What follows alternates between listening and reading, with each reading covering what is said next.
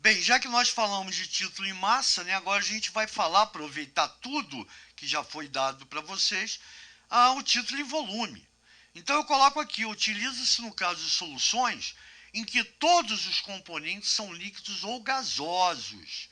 Então tá aqui, ó, T índice V é igual ao volume do soluto, olha o índice 1, dividido pelo volume da solução. E assim como no título e massa, eu também posso calcular, expressar o título em percentagem. Está aqui, ó. Ou título percentual. Lembra que essa representação ela pode estar aqui, tanto faz, isso ou isso. Mas você vai ouvir mais falar disso.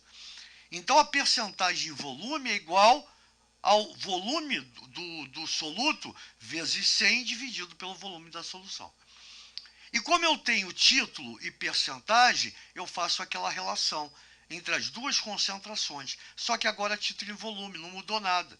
No lugar do V1 sobre V, eu coloco o título em volume, tá vendo? V1 dividido por V, eu substituo pelo título em volume, vezes 100, tá aqui. Então, se o problema não me dá volume de nada, de solução, solvente, soluto, mas me dá o título, e eu posso calcular com isso a concentração, percentagem em volume. Se ele me dá percentagem, volume, não me dá mais nada, eu posso calcular o título em volume. Tranquilo? E aí uma coisa importantíssima que foge do que nós falamos para massa, né? Aqui é volume da solução, tá vendo? Ó? Não tem índice. E aí eu coloquei o seguinte para vocês, está pitando aqui o lance. O volume da solução não pode ser calculado somando-se o volume do soluto mais o volume do solvente. Isso porque as forças intermoleculares existentes entre os componentes alteram seus volumes. Lembra da aditividade de volume? Essa aditividade, quando você coloca um volume no outro, tá? Ela pode não, de repente ela não é igual. Você pode ter 50 de água ml e 50 ml de, vamos dizer o quê? Ácido clorídrico. Quando você calcular, teria que dar 100. Você vai ver que vai dar, por exemplo, 95. Essa diferença se deve a essa atração entre as moléculas de água e do HCl, no caso do exemplo que eu dei, que vai fazer com que as moléculas se unam, mas é que nem o gelo, né?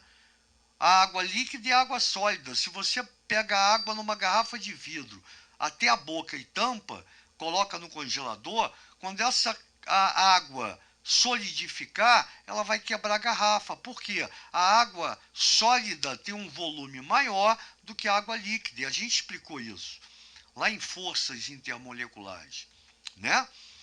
O que importa é que quando você tiver os teus componentes, seja soluto ou solvente, na fase líquida ou gasosa, você não pode somar os volumes soluto solvente para obter o volume da solução.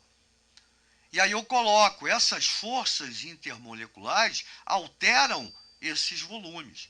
Portanto, o volume da solução, desculpe, peraí, deu tilt aqui, tá legal, tá legal. Deu tilt, agora sim, não. Agora sim. O volume da solução deve ser medido experimentalmente em laboratório. Como você numa prova não está em laboratório, esse volume deve ser fornecido no exercício, na questão. Então coloque isso na cabeça, você não pode somar volume dos participantes para obter o volume final, tá? O volume da solução, porque devido às forças intermoleculares, e isso pode ser uma questão de prova, né? Ao efeito de uma atração de polo, atração por ponte de hidrogênio, tá? Atração Van der Waals, moléculas apolares, sei lá, né? Você tem um volume diferente com o volume da solução, diferente da soma dos volumes dos participantes, solutos e solventes. Então, devido às forças intermoleculares, que são aquelas três: Van der Waals, dipolo induzido, o dipolo, tá? E a atração através de pontes de hidrogênio ou ligação de hidrogênio.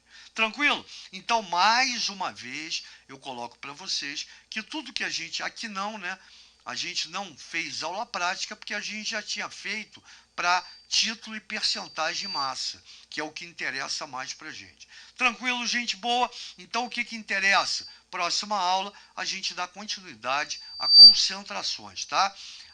Depois a gente começa a ver todo tipo, tá, de exercício. Por enquanto, eu vi percentagem de massa na aula passada, nessa título em massa e percentagem de massa, aqui título e percentagem em volume, e na próxima aula densidade, porque uma coisa você vai ver a partir dos exercícios, das questões de vestibular, que uma coisa te leva a outra.